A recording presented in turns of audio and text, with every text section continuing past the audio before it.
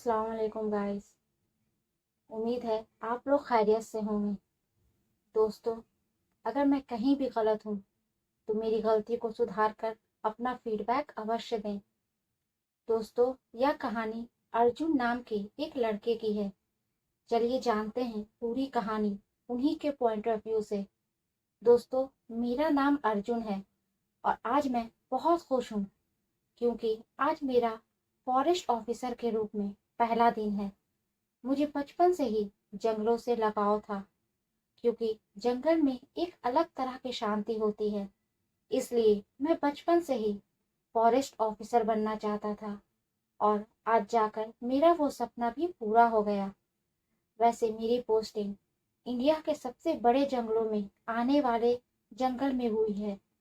मैं आज जैसे ही अपनी ड्यूटी पर गया तो मुझे पता चला कि मुझे दिन की टाइमिंग वाली शिफ्ट में रखा गया है और मेरा सरकारी कमरा जो मुझे वन विभाग की तरफ से मिला वो वन विभाग के चौकी से लगभग 1 किलोमीटर की दूरी पर ही था। ड्यूटी ज्वाइन करने के कुछ घंटे बाद मैं अपने कुछ साथियों के साथ जंगल की पेट्रोलिंग के लिए निकल गया और मेरा आज का पूरा दिन इसी सब में बीत गया। फिर उसके बाद शाम को वन विभाग की गाड़ी ने मुझे मेरे कमरे तक छोड़ दिया। फिर उसके बाद मैं कमरे के अंदर गया और अपना सामान वगैरह रखा। फिर जब तक मैंने खाना बना के खाया तब तक काफी रात हो गई थी।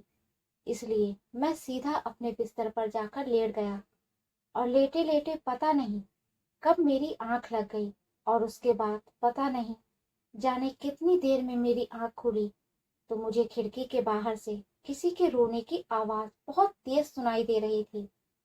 आवाज सुनकर मैं अपने बिस्तर पर उठकर बैठ तो गया, पर मैं बैठे बैठे यही सोच रहा था कि इतनी रात में कौन हो सकता है जो इतने बड़े जंगल में रो रहा है। पर इसके बाद मैंने सोचा, क्या पता कहीं किसी को मदद की जरूरत तो नहीं।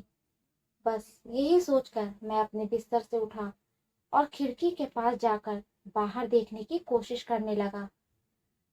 पर मैंने जैसे ही बाहर देखा तो बाहर कुछ भी नहीं दिखा क्योंकि बाहर बहुत अंधेरा था। उसके बाद मैं जैसे ही पीछे अपने बिस्तर की तरफ मुड़ा तभी वो रोने की आवाज और तेज आने लगी। फिर उसके बाद मैंने सोचा, चलो एक बार बाहर देख ही आता हूँ, कहीं किसी को मेरी मदद की जरूरत सच में तो नहीं है। इतना बोलकर मैंने अपने बैग से टॉर्च निकाला और अपने घर से बाहर निकल के घर के पीछे की तरफ जाने लगा। अंधेरी रात थी और मैं जैसे जैसे चल रहा था वैसे वैसे मेरे चलने की वजह से जंगल में जो सन्नाटा था वो भंग हो रहा था क्योंकि मेरे पैर जैसे जैसे जंगल में पड़े सूखे पत्तों पर पड़ रहे थे वैसे वैसे जंगल में पत्तों की आवाज गूंज रही थी। फिर उसके बाद मैं चलते चलते जैसे ही अपने घर के पीछे पहुंचा तो वहां रोने की आवाज अब मुझे काफी साफ साफ सुनाई देने लगी। घर के पीछे पहुंचते ही मैंने जोर से आवाज लगाई और कहा, कौन है वहां। पर मेरे इतने जोर से बोलने के बाद भी किसी ने कोई जवाब नहीं दिया। पर वो जो कोई भी था वो लगातार अभी भी रोए जा रहा था। फिर उसके बाद मैं थोड़ा और आगे की तरफ जाने लगा। मैं जैसे जैसे आगे जा रहा था वैसे वैसे आवाज भी आ रही थी। मैं बोल रहा था, अरे कोई है तो मुझे जवाब दो, डरो मत, मैं तुम्हारी मदद करने के लिए ही यहाँ आया हूँ। पर मेरे इतना कुछ बोलने के बाद भी किसी ने कोई जवाब नहीं दिया। फिर उसके बाद मैंने अपने आप से ही कहा, अब कोई भी हो मुझे क्या, मैं मदद तो करना चाहता हूँ, पर कोई जवाब देगा तभी तो मैं मदद करूंगा। और ऊपर से यहाँ इतना अंधेरा है कि इस टॉर्च की रोशनी में भी कुछ सही से दिख नहीं रहा है। इतना बोलकर मैं जैसे ही वापस घर की ओर जाने को हुआ तभी मैंने अपने टॉर्च की रोशनी में देखा, मुझे थोड़ी ही दूर पर एक लड़की बैठी हुई दिखी जो उसी के रोने की आवाज इतनी देर से आ रही थी। उसके देखने के बाद मैंने उसे पहले वहीं से खड़े खड़े आवाज लगाई और जोर से कहा, कौन है आप और क्या हुआ है आपको? मेरे इतना बोलने के बाद ही उस लड़की ने अपना सर ऊपर किया और मेरी तरफ देखा। फिर उसके बाद उसने अपना सर नीचे किया और रोने लगी। मुझे यह देखकर बड़ा ही अजीब लगा, पर मैंने फिर से आवाज लगाई और कहा, अरे कौन है आप और क्या हुआ है? मेरे इतना बोलने के बाद उस लड़की ने फिर से अपने सर ऊपर किया और बिना कुछ बोले अपना सर नीचे करके रोने लगी। फिर उसके बाद मैंने सोचा, क्या पता क्या जरूरत हो उसको, चलो उसके पास जाकर देखता हूँ। इतना बोलकर मैं उसकी ओर जाने लगा और फिर उसके पास जाकर मैंने फिर कहा, आप ठीक तो हैं और क्या हुआ है? मेरे इतना बोलने के बाद उस लड़की ने फिर सर अपना ऊपर किया, अपने हाथ को ऊपर करके इशारा किया और रोते हुए कहा, वो। इतना बोलकर वो लड़की अपना सर नीचे करके फिर से रोने लगी।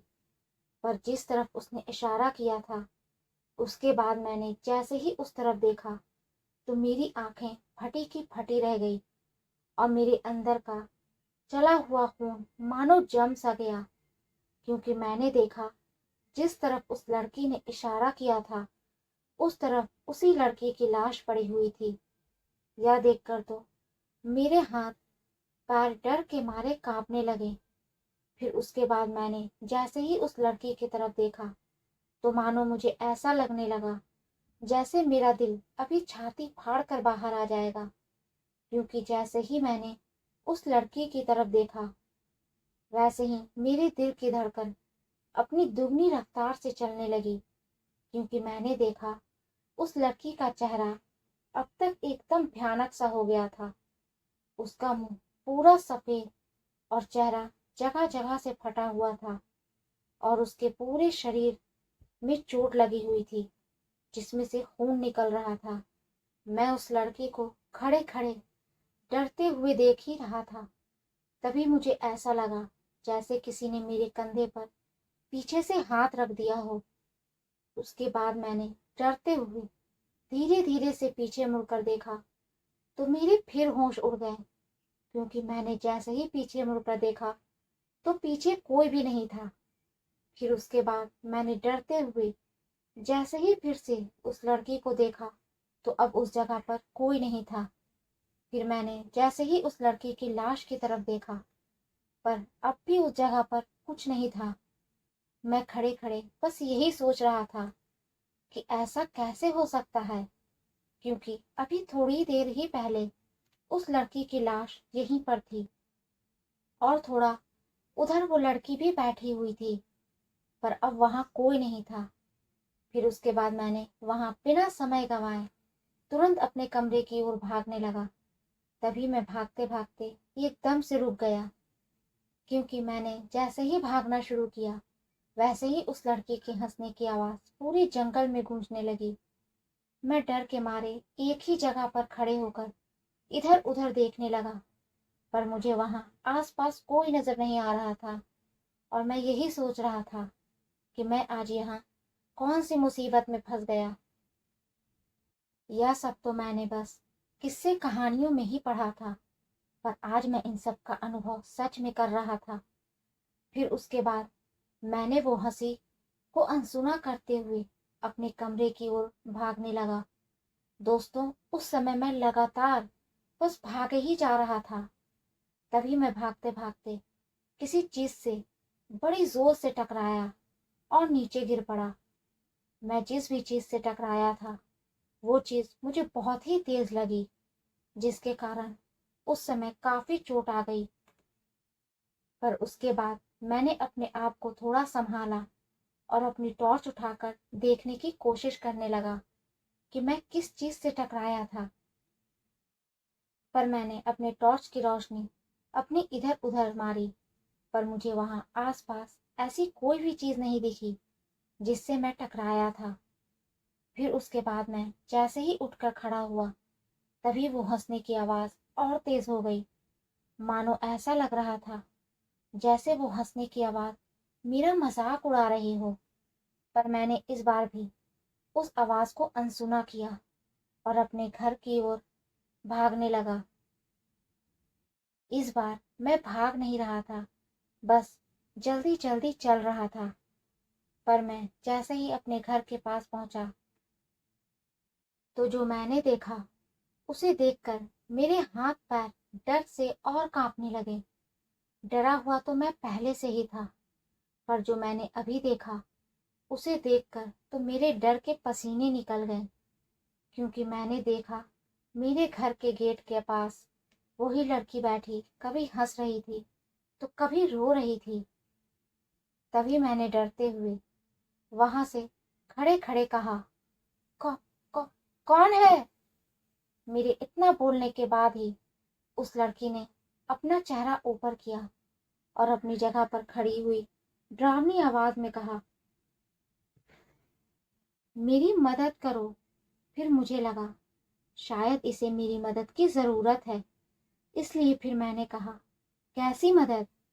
मेरे इतना बोलने के बाद ही उस लड़की ने अपने हाथ से इशारा किया और कहा, वो जिस तरफ उसने अपने हाथ से इशारा किया था।